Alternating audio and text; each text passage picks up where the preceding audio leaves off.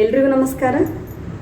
ಅಕ್ಷಯ ತೃತೀಯ ಅಂದರೆ ಚಿನ್ನವನ್ನು ತಗೊಳ್ಳೋದು ಬಿಟ್ಟು ಬೇರೆ ನಮಗೇನೂ ಗೊತ್ತೇ ಇಲ್ಲ.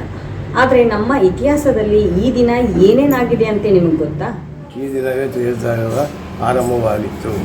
ಪರಶುರಾಮ ದೇವರು ಕೂಡ ಇದೇ ದಿನ ಅವತಾರ ಮಾಡಿದ್ದು.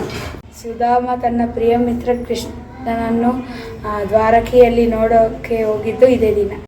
ವೇದವ್ಯಾಸರು ಮಹಾಭಾರತದ ರಚನೆಯನ್ನು, ತುಳಸಿದಾಸರು ರಾಮಚರಿತೆ ಮಾನಸದ ರಚನೆಯನ್ನು ಶುರು ಮಾಡಿದ್ದು ಇದೇ ದಿನ. ಇಂದು ಕುಬೇರ ಶ್ರೀ ಲಕ್ಷ್ಮಿಯನ್ನು ಪೂಜಿಸಿದ ದಿನ. ಶ್ರೀಕೃಷ್ಣ ಅಕ್ಷಪಾತ್ರ ಪಾಂಡವರೇ ಕೊಟ್ಟದ್ದು ಇದೇ ದಿನ. ಶಂಕರಾಚಾರ್ಯರು ಕನಕದಾರ ಸ್ತೋತ್ರವನ್ನು ಇದೇ ದಿನ ರಚಿಸಿದರು. ಗಂಗೆಯು ಶಿವನ ಜಟೆಯ ಮೂಲಕ ಧರೆಗೆ ಇಳಿದಿದ್ದು ಇದೇ ದಿನ. ಇಂದು ಬಸವೇಶ್ವರ ಜಯಂತಿ. ಇಂದು ಬಲರಾಮ ಜಯಂತಿ. ಸೀತೆ ಅಗ್ನಿ ಪ್ರವೇಶ ಮಾಡಿ ಪರಿಶುದ್ಧತೆಯನ್ನು ಪ್ರಕಟಿಸಿದ ದಿನ. ಇನ್ನು ಮುಂದೆ ಅಕ್ಷಯ ತೃತೀಯದ ದಿನ. ಇನ್ನು ತೊಳೆದನ್ನು ಪಕ್ಕಕ್ಕಿಟ್ಟು ಈ ದಿನವನ್ನು ನೋಡೋದಾದ್ರೆ, ಈ ದಿನ ನಾವು ಏನೆಲ್ಲ ಮಾಡ್ತೀವೋ ಅದರ ಕೊನೆಯೇ ಇಲ್ಲ, ಅದರ ಫಲ ನಾಶನೇ ಆಗೋದಿಲ್ಲ.